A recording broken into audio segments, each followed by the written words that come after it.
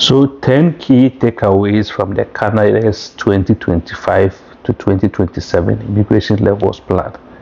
Over the last couple of days or weeks, you've seen Canada come out with a lot of changes, and just a few weeks ago, there was a big announcement about the big changes that Canada will be making in the coming months or years. So today, we'll just be going over the 10 key takeaways that we can get from this Immigration Levels Plan that were brought up. The truth is, Canada's 2025 to 2027 Immigration Levels Plan is here, and it's shaping up to be one of the most transformative immigration policies we've ever seen in recent years. Whether you are a newcomer looking to settle or a potential international student considering your future in Canada, this plan will directly impact you. So in this video, we'll be breaking down the 10 key takeaways that we can get from this new plan, highlights everything you need to know and how it could affect your plan to Canada residency. Stay tuned for also some advice on how to navigate some of these changes and make informed decisions about your future in Canada. Welcome back to my channel, where we try to give you updates and insights on life in Canada. It's your boy Evans, and today we are diving deep into the newly unveiled Immigration Levels Plan for 2025 to 2027. Now, I know immigration plans can be overwhelming, but you don't have to worry. I've done the research, so you don't have to. Whether you are currently in Canada on a temporary visa or planning to move here as an international student, these changes are going to affect you. So what are these changes, you may ask? Well, we've seen a reduction in immigration targets, a stronger focus on sustainability, and a shift towards in-Canada applications, among other things. Let's break down the 10 key takeaways from this plan and how you can strategize to make sure you are on track for your Canadian dream. First takeaway is a significant reduction in the overall admission targets for the next 3 years. Canada plans to admit about 395,000 new permanent residents in 2025, gradually reducing this number to 365,000 by 2027. This marks a major shift from the 2024 to 2026 plan, which aimed for about 500,000 new residents by 2026. So why this decrease? It is all about sustainability. The Canadian government is focusing on balancing immigration with the country's capacity to provide housing, healthcare, and community resources. The second point involves economic immigration. Traditionally, this has been the largest category, but now the numbers are being scaled back. In 2026, Canada plans to admit about 301,250 economic immigrants. By 2027, the number will drop to about 225,350. This affects programs like Federal Business Stream, where the target shrinks drastically from 6,000 in the previous plan to just 1,000 annually by 2026 to 2027. So why does this matter to you?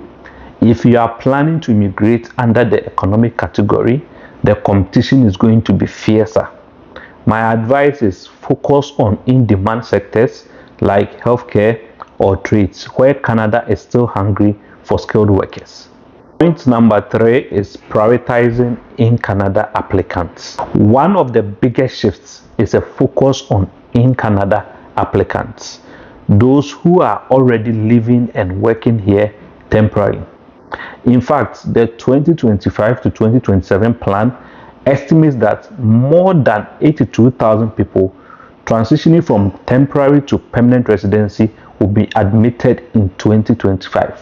So which means that if you are not currently in Canada and you plan on moving here, it will be advisable to find ways and means that you can get yourself into Canada, whether through studying or other means, because the government is actually focusing on people who are already in Canada. That means they are going to slash down on the numbers of people that they will be bringing in from outside the country. So if you are already here on a work or study permit, this is great news for you. What this means is that transitioning from temporary visa to permanent residency is becoming the most reliable pathway.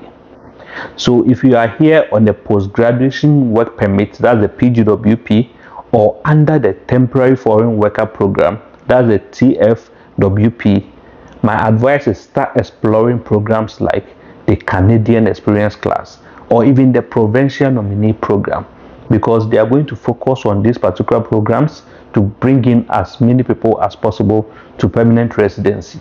Point number 4 will be Provincial Nominee Program. That's the PNP targets stabilized. Speaking of PNPs, the new plan stabilizes the number of provincial nominees at about 55,000 annually, a big drop from 120,000 targets in the previous plan.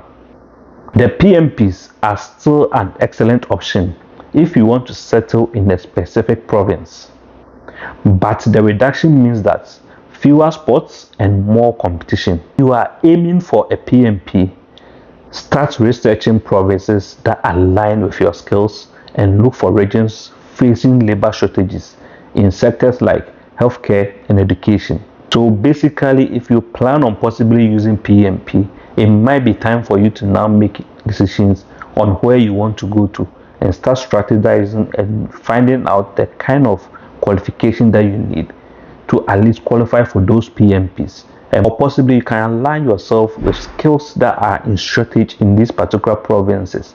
That way you will become hot cake and it will be easy for you to maybe get nomination for them to allow you to settle and get your permanent residency in that particular province. And sometimes it might even make sense for you to maybe move to some of these provinces and move to the rural areas. I've seen people who move to provinces from other places and decide to settle in the rural areas because people didn't want to go there. And as a result, because they were ready to offer their skills in those areas, those people were sponsored and were able to get a permanent residency through that particular pathway. Number 5, we see a reduced refugee and protected persons admission. Canada has a strong commitment to humanitarian immigration, but under this plan, we are seeing a reduction in refugee and protected persons admissions from about 72,750 in 2026 to about 54,350 by 2027. This reflects Canada's capacity to manage its housing and healthcare systems.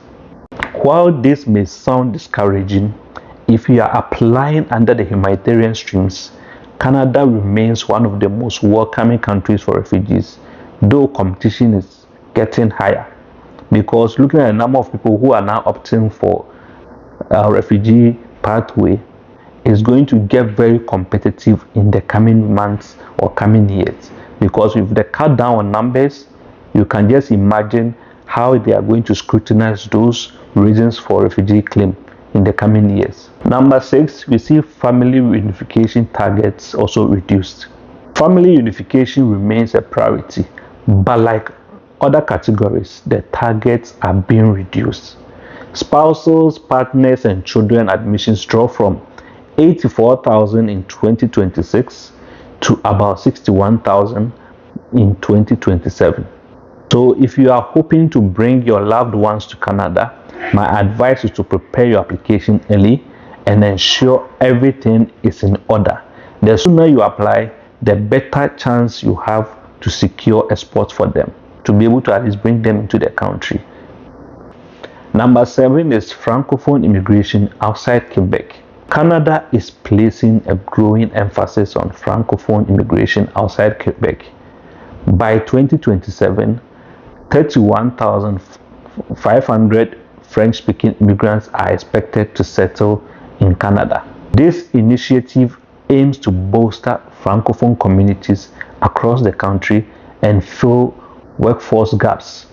If you speak French or are interested in learning, this could be a strategic advantage for your immigration plans. Number 8 is Humanitarian Admissions Cut. Another reduction is seen in the humanitarian and compassionate stream, which drops from 8,000 in the previous plan to just 4,300 by 2027. Canada is narrowing its focus but humanitarian immigration remains an important part of the system. If this is your category, make sure your application stands out.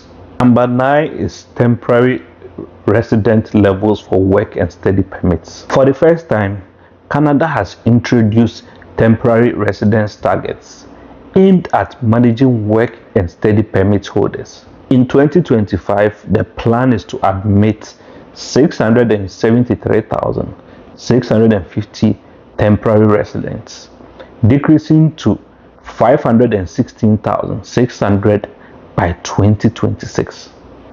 This means fewer international students and workers will be allowed to enter the country.